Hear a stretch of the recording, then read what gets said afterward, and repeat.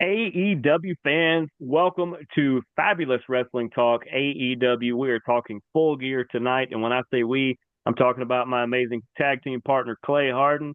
I'm Jeremy York. We are the best media tag team in AEW circles, I guess we'll go with. But how are you, bud? It's been a busy week. I've got a long road trip tomorrow for football. Um, and then Saturday, I got family stuff to do for holiday, Thanksgiving, and then try to cram in a week's worth of work in 2 days next week. So wide open, as they say. I know that feeling. Got the day gig all day tomorrow. Leave from there to go call a college hockey game. Luckily, I get to sleep on a Saturday for once for a little bit. Then I go to a college football game, leave directly from there, go about 3 miles up the way, call another college hockey game, only to come back Sunday, get in a little Jesus, and then do a family shindig like you were talking about. So that's the way it looks. Is But it I'm also wide open next week, so I got plenty of time to recover. is it called a game in hockey or is it a match? It's a game. Okay. I guess you could call it a match, but I mean, for the most part, they say game, contest, bout. They call it all kinds of stuff. I think it's hockey Yeah, I game. didn't know what they called it up there north of the border, eh? They call it whatever they want to, and we don't understand them, so that works out. Because we can But play it all we want to in the South. It is still a Canadian sport. yes, absolutely, we're getting better at it. It's We're like just not as good as they are. they can play football all they want to, but it's still an American sport. Correct. And I don't remember if they had the Grey Cup over the weekend or not, but whether they did or didn't, congratulations to them. The Grey Cup's usually in December. Okay, I know it's coming up, and I know the Jonas Brothers are the halftime show, and it's going to be in Vancouver. So that would be a I fun will, thing to go to. I'm personally not going, but I would, it'd be fun. I will probably not. I will probably not watch the halftime show. I'll be honest, I'd probably watch it before I would the game. The game. If you ever never watched Canadian football, it is entertaining as I heck. have. I know some former college players that play up there and play for. I think one of them may even be in the Grey Cup, but it's a fun game and I enjoy it. Just I don't know. I've seen the Jonas Brothers on hockey all star games, stuff like that. They're pretty good performers. Excuse me. Bless you. But I told you I'm gonna start off with a curveball, and I want to get your opinion on the recent news that Toni Storm says she is retiring, and she didn't say it on any AEW publication, um, and it wasn't on TV. And I know your rule normally is if it happened on TV, it's probably some sort of setup or gimmick. She said it on some like random show or podcast. It is 1,000% of work, I was thinking that. and I will tell you why. Because everything she said in the tone of timeless Toni Storm. And had she been legit retiring, she would have just talked to us as Toni Storm, like Yep, normal, everyday human being Toni Storm. she would have talked So to us. when she came out when she came out as timeless Toni Storm, that is 1,000% of work. Yeah, Like she'll pop back up at some pay per view and screw Mariah May out of the title or something. Like it's coming. I can see that. But I had to get it out of the way. It's the most recent non full gear news there was.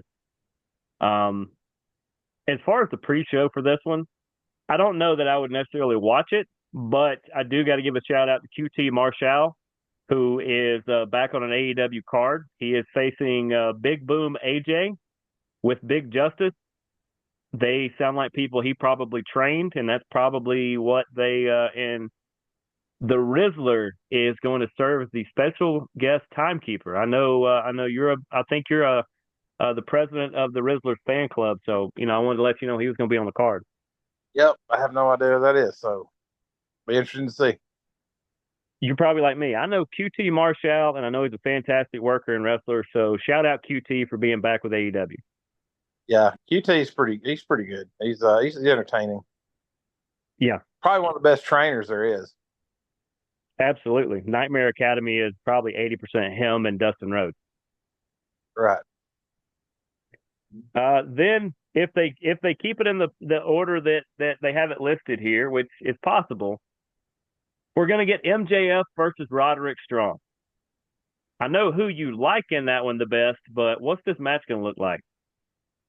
I don't know why Roderick Strong's even in this storyline. This should have been and there again, this is some bad storytelling because, like, we're not supposed to remember that 11 months ago, MJF was the face and Adam Cole was going to be this super heel and screwed him over and stabbed him in the back. And then both of them left on injury, and then they come back, and MJF's all of a sudden the heel, and Cole comes back as the face, and now Roderick Strong's. I don't even know where Roderick Strong is and all. What it is that the ultimate interruption should be his new name, Roderick Strong. He is the best at either yelling at him from 3 towns away as he runs up to Adam Cole. He's just good at interrupting things, and in this case, he interrupted this storyline. I don't know, maybe Adam Cole's not completely cleared. Maybe he's dinged up again. It's something, because all of a sudden Roddy found himself into it. I thought it was going to be a triple threat, and then now we get JF Roderick Strong. I tell you what, I would have rather seen was MJF and some random, just pick any tag team partner against Taven and Bennett, because those guys don't get near enough airtime on anything. Oh, absolutely. I'm 1,000% behind that. I'm a giant fan of both of them. And I like Roderick Strong. But he just don't belong in this storyline. No, not really. He's just he's just filler in this point.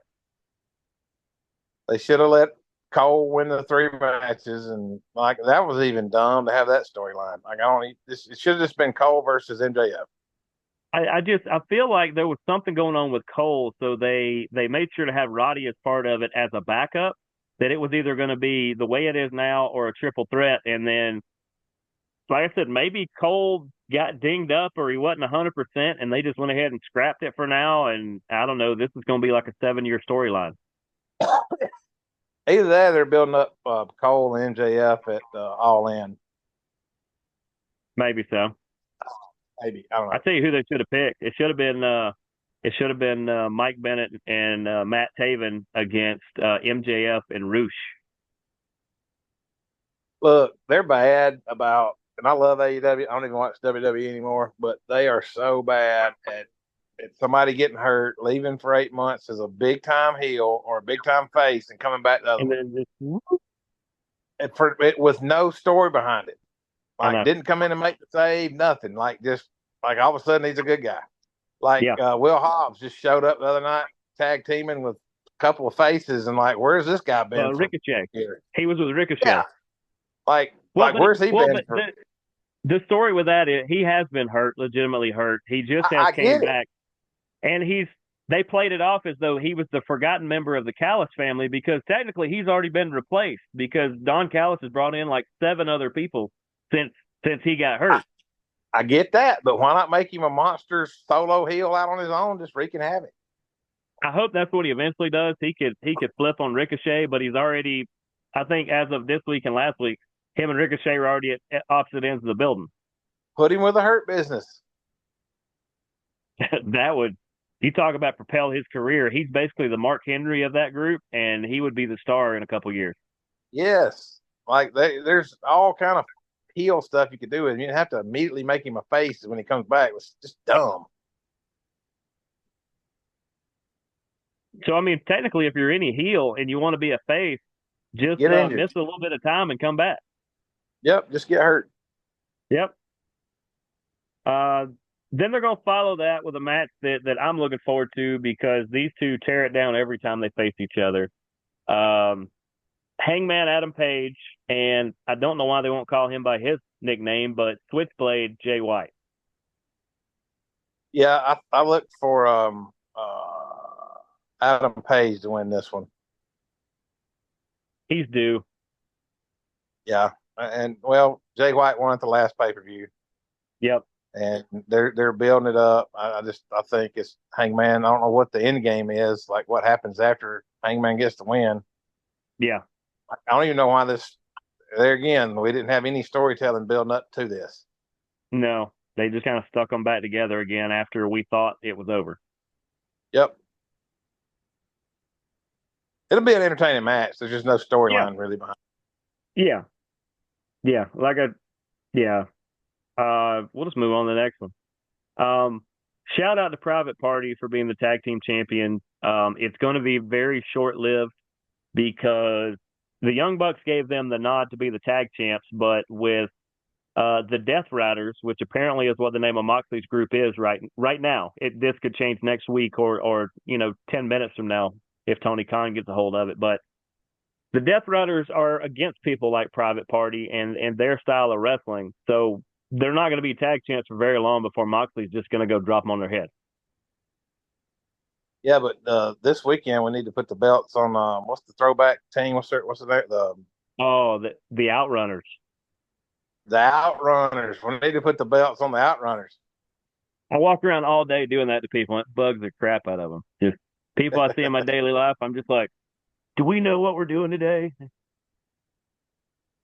Yeah, it's those the Outrunners and the Acclaimed and House of Black. Yeah, it's Malachi and Brody. So it's the Kings of the Black Throne, technically, is what you call them. Yeah, it's the House of Black. But like Party will probably retain, but I would like to see the Outrunners win the belts for like even if they lose them Too much. Wednesday. Yeah, I mean they could literally lose them Tuesday night in somebody's backyard, and that's fine. I would be Yeah, fine with that. just put the belts on. That's all I want. Just one good time. You're building them up so big. You got to give them the nod, and you got to feel like FTR and probably even the Young Bucks are the ones that are pushing these guys, going, "This is just so great to have them around." Yep, because it reminds us of the jobber tag teams of the '80s when we were growing up. That's what it reminds you of.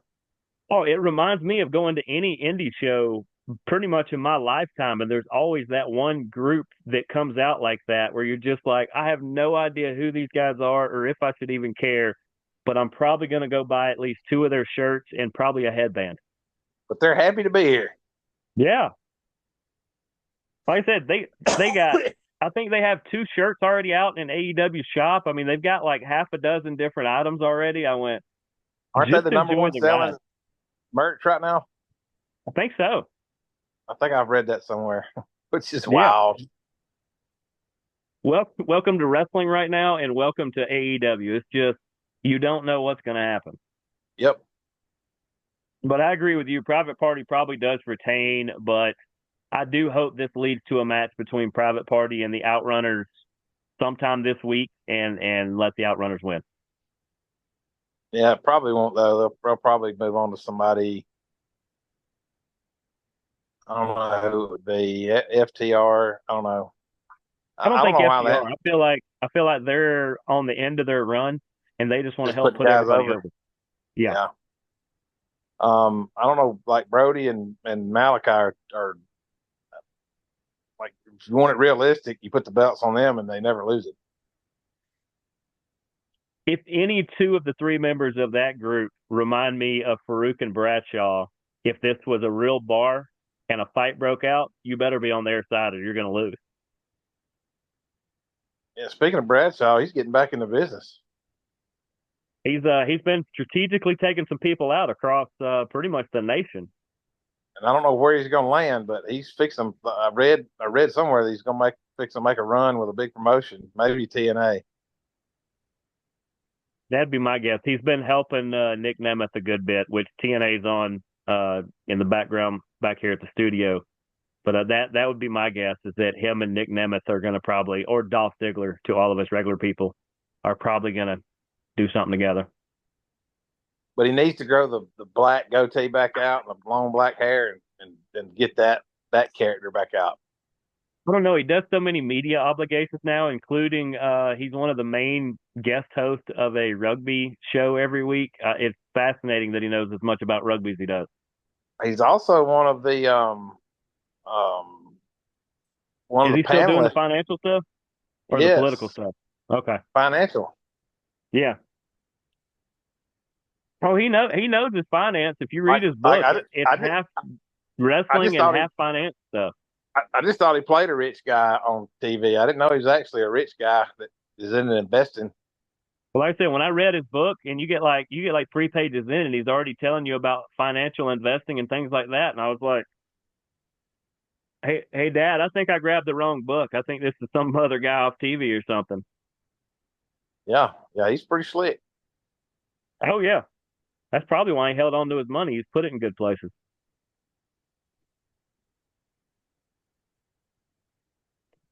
The only intriguing thing about the next matchup is the fact that I think that the third party in it is going to eventually flip on one of the other ones.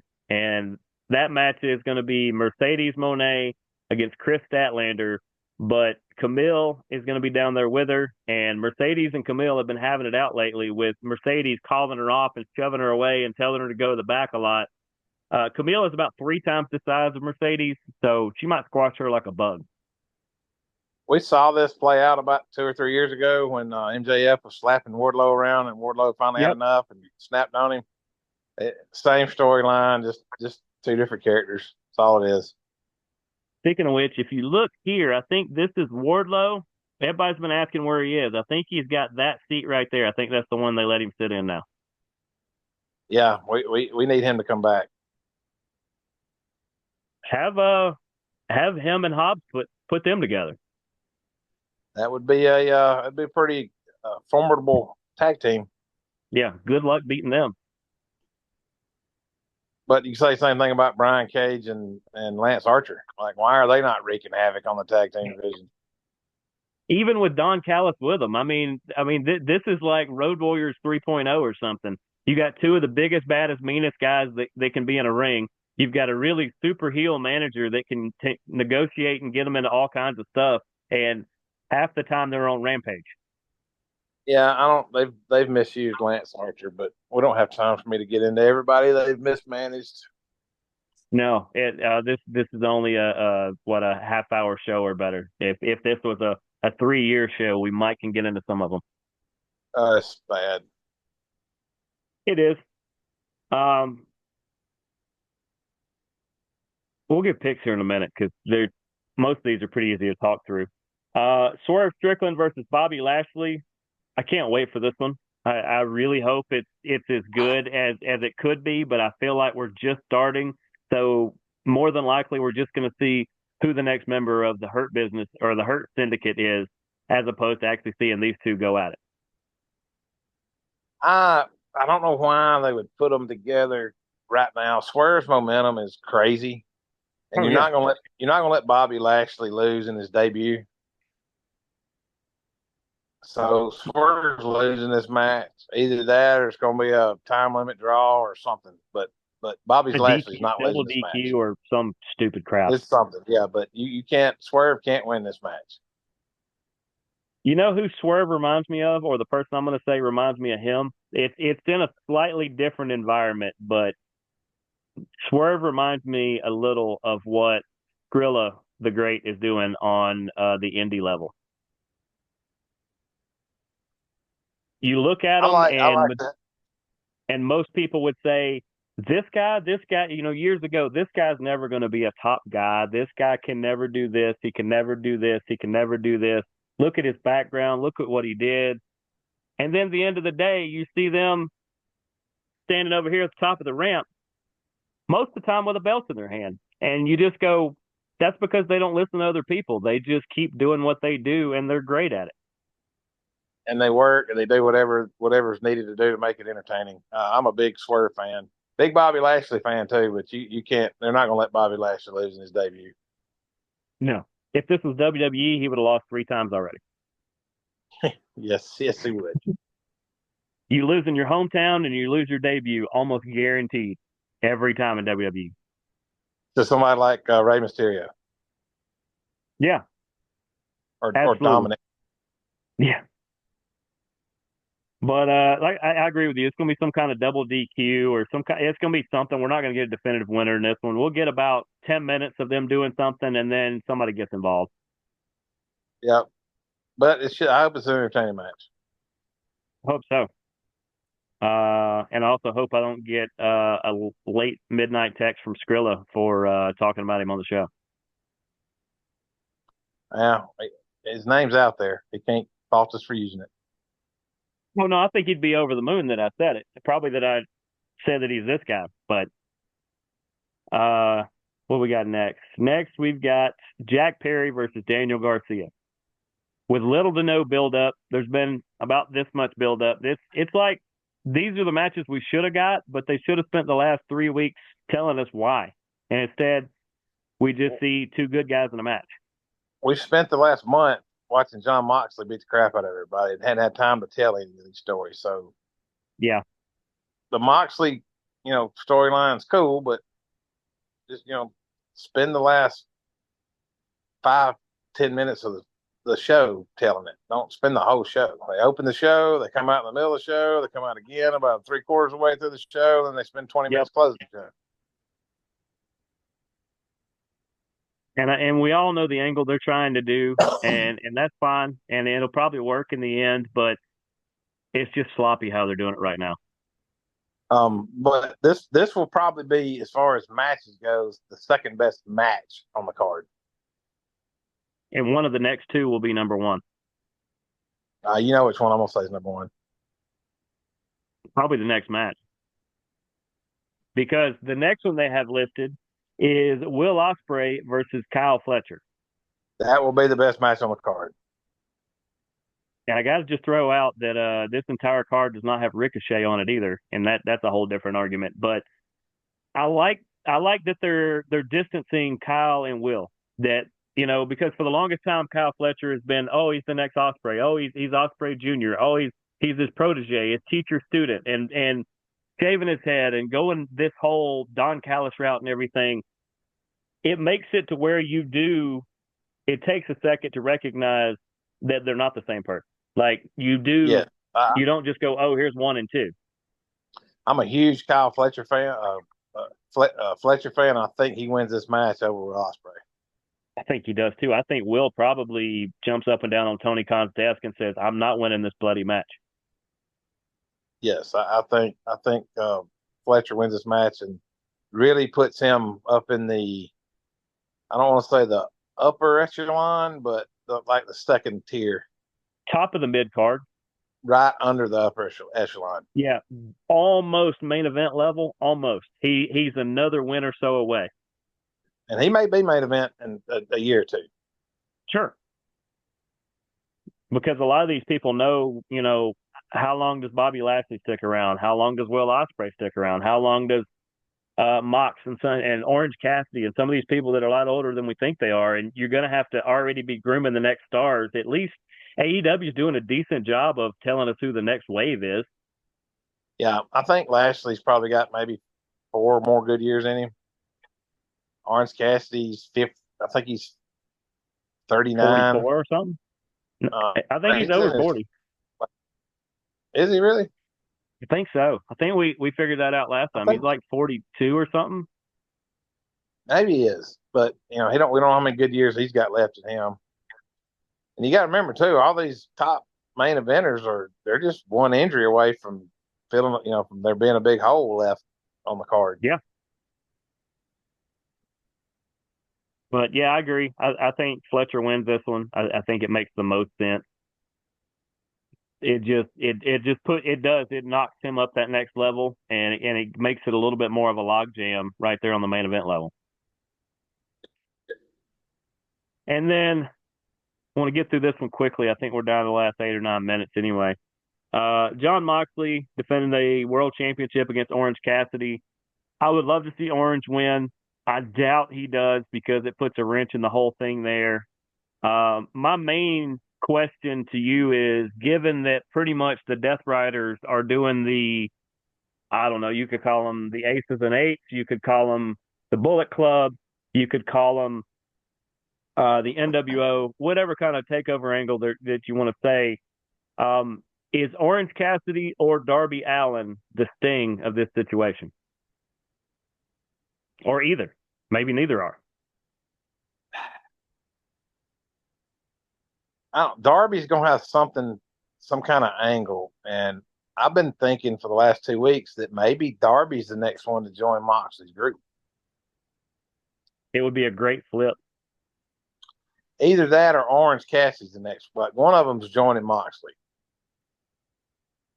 but Darby Cassidy's fits a little more. bit more of a stretch because, I mean, Cassidy does have the mean streak, but for him to be ruthless, you haven't seen that as much from Orange. It's so anti his gimmick, and his gimmick sells millions of dollars worth of stuff. Darby fits the mold of what they're doing. The kamikaze, do anything. And I don't know, I've been thinking for a couple of weeks that at some point we're going to have a flip and Darby's going to join Moxley's group. And That's where I think this this is pay per headed. view could be it because he's not in the main event. He comes down Hulk Hogan style like the savior, going to take out the NWO, and then he flips and joins them, and everybody goes, never saw that coming, except for us. Yep. I think after it's over, Moxley's going to beat Cassidy. He's going to call his guys in there and get a chair, and they're going to put his neck in it and end it once and for all. And Darby's going to slide in the ring, and they're all going to back off. And then Darby's going to get up on the top rope and stomp the chair and break his neck. Yep. We're going to ride Orange Cassidy off of TV for a while, something like that. That's where I see this going. I absolutely see that go. And I don't see where it could be anything else. There's a couple people missing from this pay per view that I'm a Yeah. little disappointed in. One of them being Christian. Yeah. I Arguably, think probably your second best heel right now. You could argue he's your top heel again, but he has such a is great storyline. he's the greatest heel on TV right now. Oh yeah. And then another one's Takeshita. Who took a he's loss got a the lot of other day. Yep, and he's got a lot of momentum right now in the singles world. So he should have been defending the belt on this card. And Yeah. then Okada. What are you gonna do with Okada now that the Young Bucks have been written off TV for a while? Yeah, that's true. I was about to say because you got the Young Bucks too, but actually you don't. Okada's just kind of sitting there. He's kind of on an island. Nothing with a belt. Like if you got a belt, you should be working every single show. Yep. And that's just my 2 cents. Yep. Just like I say, if you're going to take a wrestling belt into public, you should be ready to defend it. At any moment. Yep. So you want to show up over here with your wrestling belt that you paid $750 for, how much they are now? You should be ready to go because my good buddy the Impact is ready to add more to the wall.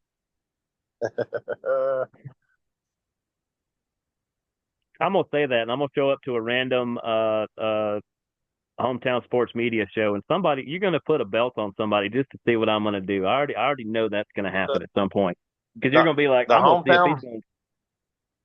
the hometown sports media belt should be. I hope by the end of the playoffs we'll have it.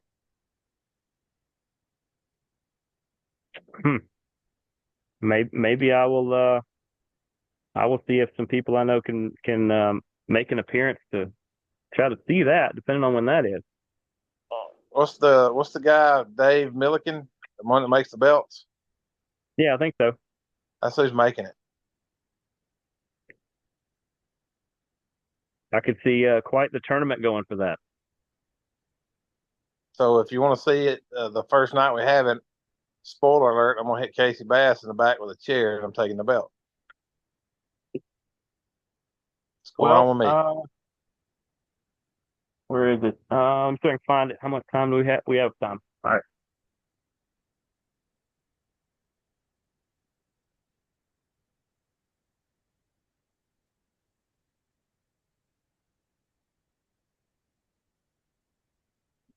Or maybe I can't find it in time, but I do have a referee shirt, so I could be there to count the 1, 2, 3. We can make this happen.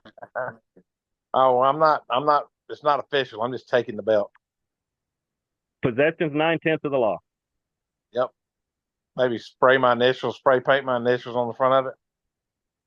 Oh, that belt cost too much to spray paint it on the first day. Yes, it did. You'd have to get Marine South to sell a lot more boats so we get another one. Hometown paid for this one, so Hey, well, there you go, folks. Hopefully, we entertained you for the last half hour or so. We might have downplayed some of this card, but there are going to be some really good moments on it. The The outcomes are only one probably I not really going to be those downplayed, moments. the only one I really downplayed was the Mercedes Monet match because I can't freaking stand her. I'm not No, interested in anything she's doing. like I said, I want to see. She may beat Statlander, which is a shame because Statlander is really good. I just hope that Camille flips on her and throws her into about the 10th row or something. That'd be fun. That, that would be, and maybe she goes back to WWE and we never see her again. Because every report that I'm hearing, official and unofficial, is that she is ticking more and more people off and rubbing a lot of people the wrong way across the entire company to where it may be sooner rather than later. They may just bite it and just pay her off. Everybody knew what they were getting when they signed her. And they did it That's why anyway. WWE didn't want her back. You knew it was a lemon, but you wanted a Mustang. So you bought the Mustang and realized it didn't come with wheels Yep, or a it is. windshield. It is not. There's nothing good coming out of signing her. She has been a pain in the butt everywhere she's been. So you And get she's what you holding up get. a title. Yep. But other than that, good chance we both watch this at the same time, even if we don't. I think it's going to be really good. Like I said, there's going to be some big time moments in this. I think they're going to happen before the bell rings, but I want to see what the Death Rider stuff does, and I really want to see that Darby flip now. I think that's the main thing I'm looking forward to. Yep. You think that's a good call, huh? I think it is. I've been trying to figure out who was going to flip because it's the NWO storyline. That's why I said who's the Sting or who's the DDP, but we'll get more into that on the recap of this show. But this has been Fabulous Wrestling Talk AEW. He's Clay Harden. I'm Jeremy York. We will see you guys after Full Gear. Deuces, gooses. Go watch wrestling.